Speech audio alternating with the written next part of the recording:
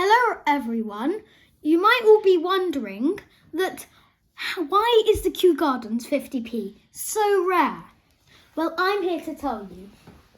I've even got my Kew Gardens coin myself. Well, it's in a mint set. I haven't found it in circulation or something. So, upside down. So this is the shield, the old shield, because this was so many coins that you can't fit it in the shield. This is the shield. Plus, I'd like to tell you that this is an NIFC coin, the 2009 50p shield. Could you just remind people what NIFC means? Not intended for circulation. Some people say NSFC, but that's not struck for circulation. Still means the same thing. So, we've got Charles Darwin. These are all in proof coins condition. The normal technologies. The Robert Burns. Also, I'd like to tell you that I'd show you that this is proof because they've got the beading around perfectly. Because in normal, I can take it out now. That's better. So in normal coins, the beading will just be all over the place. So it's here.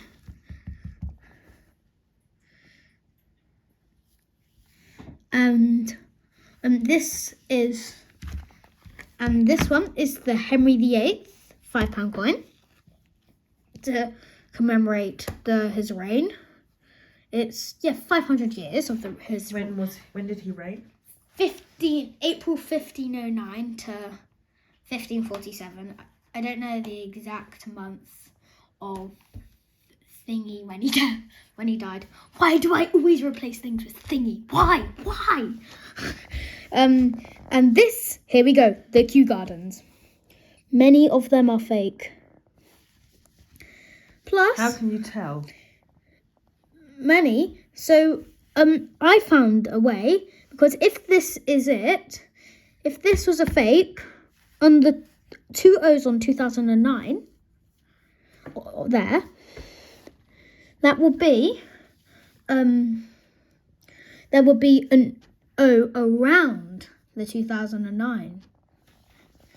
Also, all of the other shield designs, okay, you know what they are. But this is the round pound. In case you don't know, the old round pound, the 2 pence, the 20 pence, 50 pence, the 1 penny, the 10 penny, and the 5 penny, okay? And you can see the shield go around like that. That's the shield. They've changed the shield now because they've got the £2. They're supposed to have the £2 in there. Oh, yeah. But this time they didn't. Sneaky little monkeys. So this is the certification. La-di-da-la-di. Oh, King Henry VIII. Okay. About King Henry VIII. You get a booklet with it. Robert Burns. This is only like an 8-page booklet or something. Have you read it? No, haven't read it all. Charles Darwin. The after this one is the Kew Gardens. Okay, so without reading it, tell me about the Kew Gardens. The Kew Gardens is very rare and sought after, and it's very desirable because many people have a different perspective of. There are various perspectives of why the Kew Gardens is so rare. Some people say that they were getting ready for the Olympic designs in 2011. By the way, I think the first Olympic design was done in blue. It was mixing up with my words. It was made in 2009. It was designed, and it was done. There was a competition in Blue Peter, and someone who won called Florence. I don't remember the surname, but they won it, and it went on the design, so you can find it in circulation. But they're all common ones, 2011, but they made a few 2009 ones, and it's worth £100 plus. Wow. So look out for that. So how many Kew Gardens coins were minted? Only 210,000. And also some people say that it was something to do with the Lehman Brothers getting bankrupt. And they only made 210,000 so far with that. And the Royal Mint had to stop. But that's very... It's a theory. It's theory. It's like Charles Darwin's theory. Not many people agree with it, but it was actually right. But I am relating to things other than the Kew Gardens. I should not.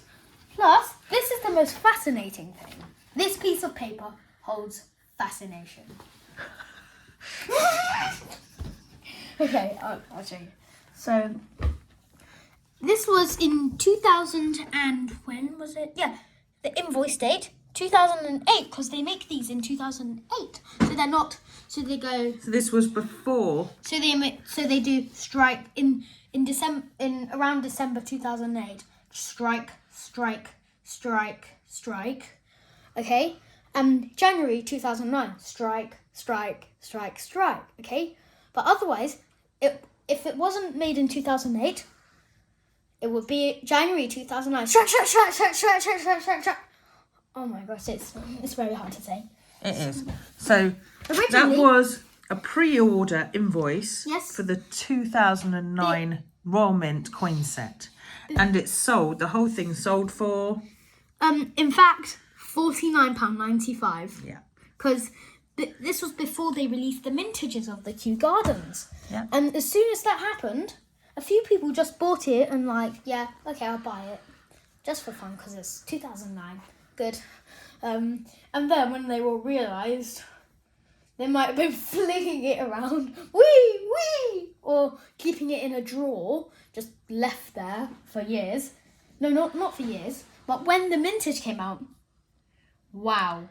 It's like on eBay, from being a few pounds to going... up to hundreds. If you look on eBay now, even the worst condition Kew Garden coins, they sometimes sell for 100 or something, £100. It's worth nearly 200 times its face value. So that would be about £100 that's worth. From £97 it says, about that average, to £150 average. Plus, it is quite awesome that actually this is still in its pack, perfect condition. Also, just to tell you about the Kew Gardens, in 1759, Princess Augusta devoted a few acres of her garden at Kew to a physic garden where rare and interesting plants were cultivated for study. Okay, and they had really rare plants. They had so many plants. They had 30,000 different plant types. This started in 1759, and it's now in 2009, which was about, let me calculate, what is it actually? I don't know. But it is about... No, 15 years ago, depending on when you watch this. Yes. In 2023, 14 to 15 years ago. But maybe you might be watching in 2025, 2030, whatever. Whatever year you're in right now, it would have been going up in years. So at least 15 years. At least 14. So tell us about the Chinese pergola. The Chinese pergola. Oh, sorry, pagoda. Pagoda, not pergola. Pergola, is it different. A type of cat or something? No. The Persian pagoda. I thought it was walkway covering kind of thing. Go on. Not a type of cat. The Kew Gardens pagoda is an instantly recognisable symbol. I I had the idea early on that the plants should twine around and grow up through the tower. The viality of the circulating motion creates a movement in contrast to the static central form. And actually, do not trust Alexa, because they say that the Kew Gardens, like now, is maybe in your years, it'll say it's up to $1.90 to $2. Incorrect. That is a load of rubbish information. Just do not talk to her about coins, because she doesn't know anything about coins. Just to say that. And I hope you've also forgot about this. I'm going to now do a mystery coin every single time I make a YouTube video. So here is the which one is it? It's here.